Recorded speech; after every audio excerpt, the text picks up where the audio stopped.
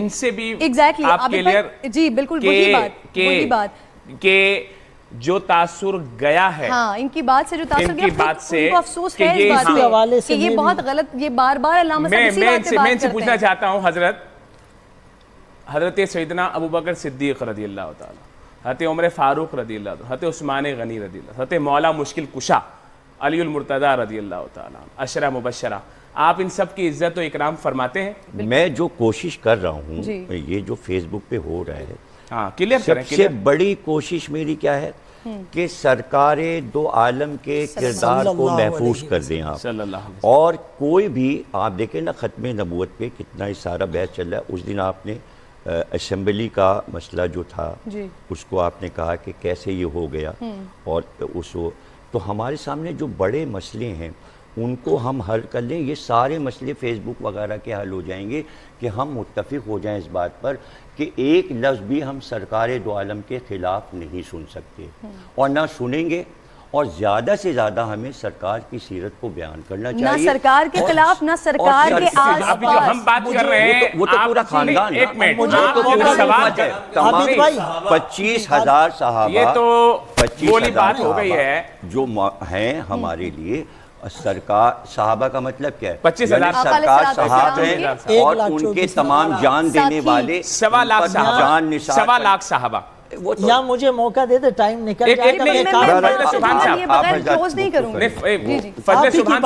ये वाला जुमला तो आप कहे ना कि हाँ आप तौहीन हराम समझते हैं तमाम। अभी आ रहा हूँ, अभी प्रोग्राम भाई आप एक जुमला तो बोलें, ये क्या बात हो गई? तासुर सही जा रहा है मतलब? अल्लामा साहब की गलत हो रहा है फेसबुक पर। नहीं, आप तो हराम समझते हैं ना, आप हराम समझते हैं। मैं ये सब बंद कराऊंगा, दरखास्त दी हुई है। अरे आप अपना तो बताइए, दरखास्त तो बाद में दें। आप हराम समझते हैं अबू बकर सिद्दीक की तौहीन को? ये मैं तो कह रहा हूँ कि अखलाक से गिरी कोई बात ना होनी चाहिए। अबू बकर सिद्दीक की तौहीन क्या है? अरे आप हजरत अबू बकर सिद्दीक की तौहीन क्या है वो बताइए। मैंने तो कोई नहीं की। नहीं, आप बताइए हराम है कि नहीं?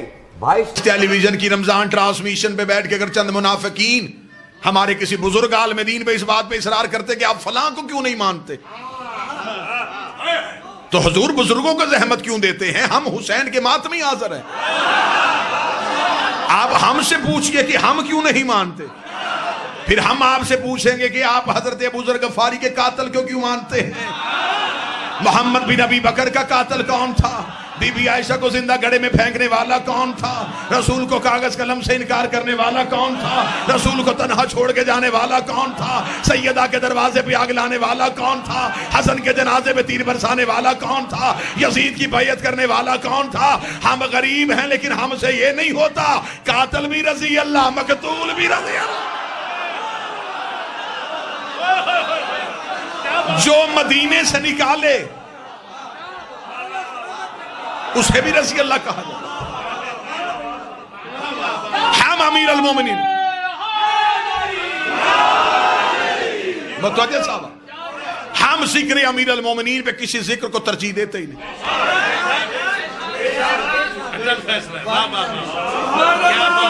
हमें क्या जरूरत है? हमें क्या जरूरत है सरदारों के होते हुए नौकरों की बात छेड़े?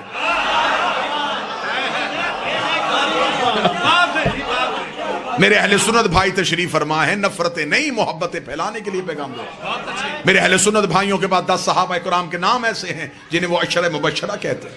अशर मुबशरा कौन है? वो कहते हैं कि वो 10 सहाबी हैं जिन्हें नबी ने जिंदगी में जाने में जन्नत की बशारत दी कि तुम जन्नत में जाओगे। तो आपके पास सिर्फ 10 हैं जिन्हें बशारत मिली है।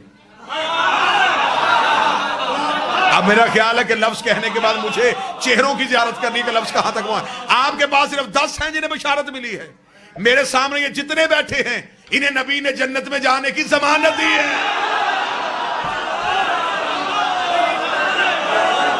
क्या नबी ने नहीं कहा जो हुसैन को रोए या रुलाए या रोने वाली शक्ल बनाए उस पर जन्नत वाजिब? बशारत वाले और हैं, जमानत वाले और।